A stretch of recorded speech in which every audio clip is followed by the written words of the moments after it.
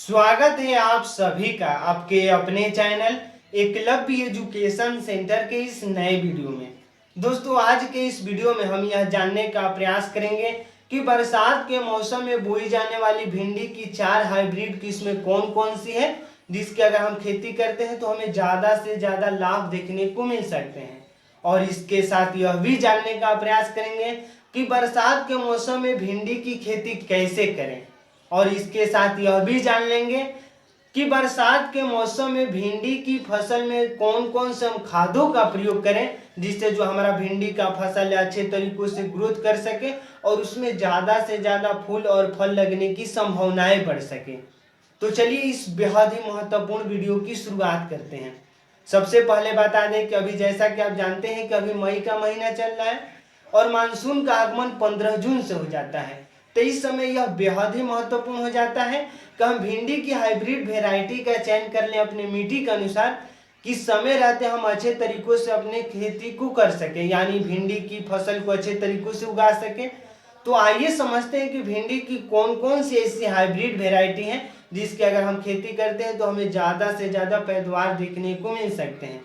तो उसमें सबसे पहला है VNR 999, यानी VNR 999 भिंडी की हाइब्रिड किस्म है और इसकी खेती लगभग उत्तर प्रदेश, बिहार और झारखंड जैसे मतलब झारखंड और महाराष्ट्र जैसे क्षेत्रों में इसकी ज़्यादातर खेती की जाती है। और इसके साथ अगला है पूसा सावनी, यानी पूसा सावनी भिंडी की ऐसी हाइब्रिड वेराइटी है जिसकी खेती गर्मी, सर्दी और बरसात तीनों मौसमों में किया जाता है और यह लगभग 60 से 65 दिनों में पूरी तरीकों से तैयार हो जाता है।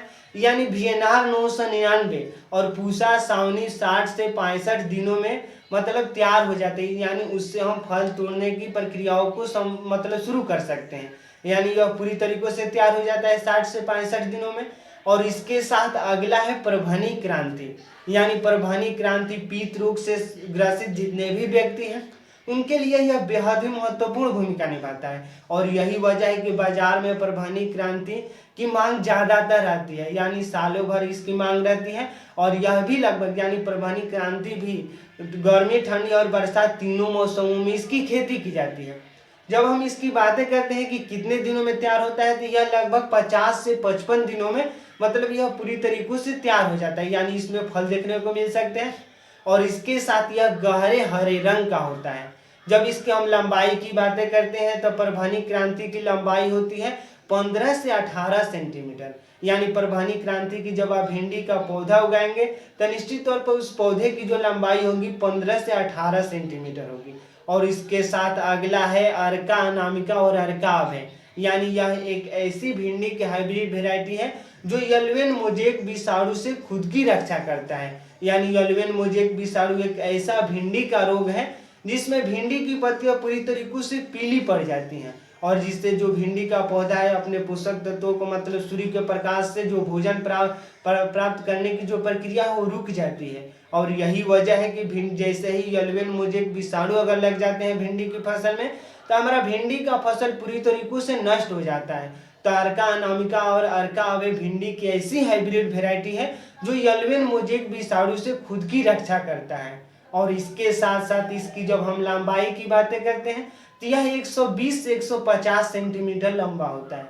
यानी इस अर्का अनामिका और अर्का अभय की पौधे की जो लंबाई होती है 120 से 150 सेंटीमीटर। इसके साथ अगला है पंजाब पद्मिनी, यानी पंजाब पद्मिनी का विकास पंजाब यूनिवर्सिटी में हुआ है और यह लगभग 60 से 65 दिनों में मतलब पूरी तरीकों से तैयार हो जाता है, यानी हम इसकी हार्वेस्टिंग कर सकते हैं। तो इस तरह से आपके सामने 4 से 5 ऑप्शंस मौजूद है भिंडी के हाइब्रिड किस्म के रूप में। अगर इसमें से किसी एक का चयन करेंगे और खेती करेंगे तो निश्चित तौर पर आपको ज़्यादा से ज़्यादा लाभ देखने को मिल सकता है। अब आइए समझते हैं कि बरसात के मौसम में भिंडी की खेती कैसे करें। तो बरसात के मौसम में भिंडी की खेती करने से पहले यह बेहद ही महत्वपूर्ण हो जाता है कि मानसून के आगमन से पहले ही हमें खेत की जुताई करवा लेना होगा। यानी हमें अपने खेत में गोबर का खाद प्रयोग करना है, यानी लगभग 100 से 120 कुंटल गोबर का खाद प्रयोग करना है प्रति हेक्टेयर के हिसाब से। यानी 1 हेक्टेयर में 100 से 120 कुंटल हमें गोबर का खाद प्रयोग करना है। और इसके साथ जैसे ही अगर मानसून का आगमन हो जाए उसके बाद हमें भिंडी का मतलब जो भिंडी के बीज है उसका हम रोपाई कर देंगे।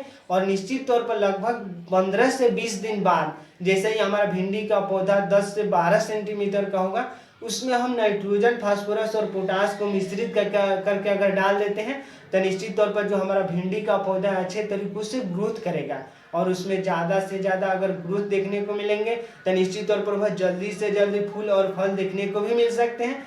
तो इस तरह से हमें नाइट्रोजन, फास्फोरस और पोटास के रूप में खाद का प्रयोग करना है।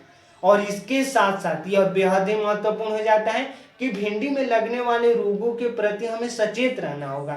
यानी जैसे यलवेन मोजेक विषाणु हो गया और भी जैसे रोग हो गए, तो इस तरह से हमें उस पर विशेष ध्यान रखना होगा और समय से हमें छिड़काव करना बेहद ही जरूरी हो जाता है। यानी अपने भिंडी के फसल में जैसे ही फूल लगना शुरू हो जाए उस समय हमें छिड़काव निश्चित तौर पर करना है, यानी कीटनाशक दवाओं का छिड़काव करना है।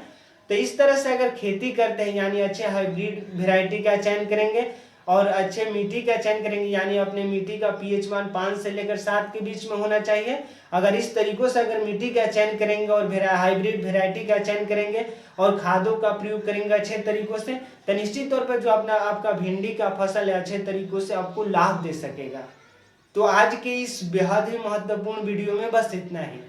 अगर आप हमारे चैनल के साथ नए जुड़े हैं और वीडियो अच्छा लग रहा है, कुछ सीख पा रहे हैं इस वीडियो के माध्यम से, तो हमारे चैनल को कर दीजिए सब्सक्राइब, ताकि हमारे द्वारा अपलोड किया गया हर वीडियो आपके पास सबसे पहले पहुंच जाए। तो हमें दीजिए इजाजत। धन्यवाद। Thank you.